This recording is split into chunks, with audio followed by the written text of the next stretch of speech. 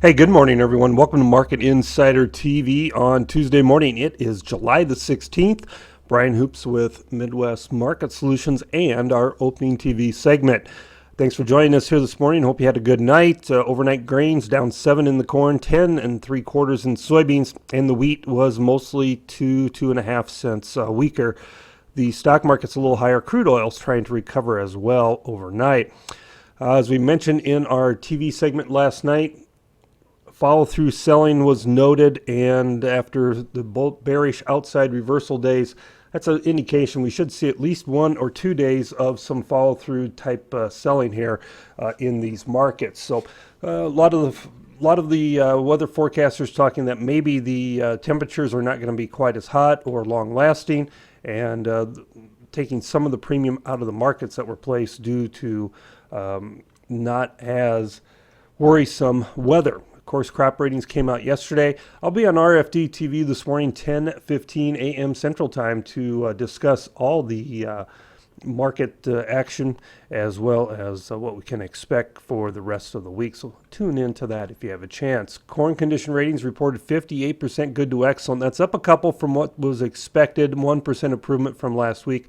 Still well below year-ago levels. Now, if you want the state-by-state breakdown where we look at the key growing states across the Midwest, that is in your daily newsletter this morning. Soybean conditions showed a 1% improvement as well to 54 good to excellent versus 53 that was expected, and compared to year-ago levels, well below that, as we were 69% good to excellent last year. As far as wheat goes, spring wheat conditions lost 2% overall.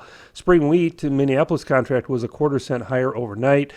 Wheat conditions are now 76 good to excellent. That's 4% below last year, while the winter wheat harvest reached 57% complete. Not as much as expected was done, only 10% harvested last week, and well below the normal pace, and that'll keep the remaining double crop soybeans at a little bit of a slower pace as well. But virtually all the soybeans are planted nationwide, just a few straggling double cropped. I did talk to some people yesterday who are planting some soybeans for the third time after getting some flooding and rains as well.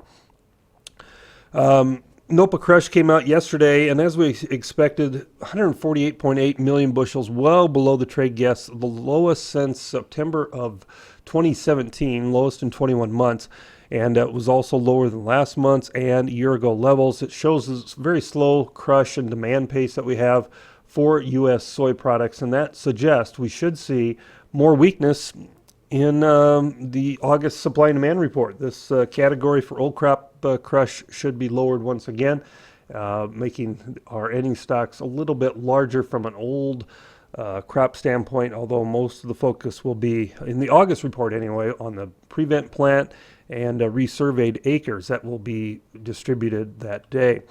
But overall, negative NOPA crush numbers, crop conditions really uninspiring to the trade here. That is more focused on weather. The cattle on feed report comes out Friday. Now, the unofficial estimates are calling for on feed at 101.8%, placements at 98.4%, marketings at 96.7%. Overall, I think this report should be friendly for some of the deferred contracts. October, December, February on back, they should be kind of friendly here. August may see a little bit of weakness, but as we get into the end of the month of July, I think there will be some in the trade looking for buying opportunities going into first notice day, as we're discount in the August anyway. We're discount to the current cash markets and very little threat of delivery. Show list numbers this week: 251,000 head versus 245 last week and 257 a year ago. So from that standpoint, cash should be well supported. Outlook for the grains a little bit weaker here. Follow through selling. If you have any questions, please reach out to any of our offices. I know they'd be glad to talk with you. Otherwise, have a great day, everyone. Good luck and good trading. This has been Brian Hoops.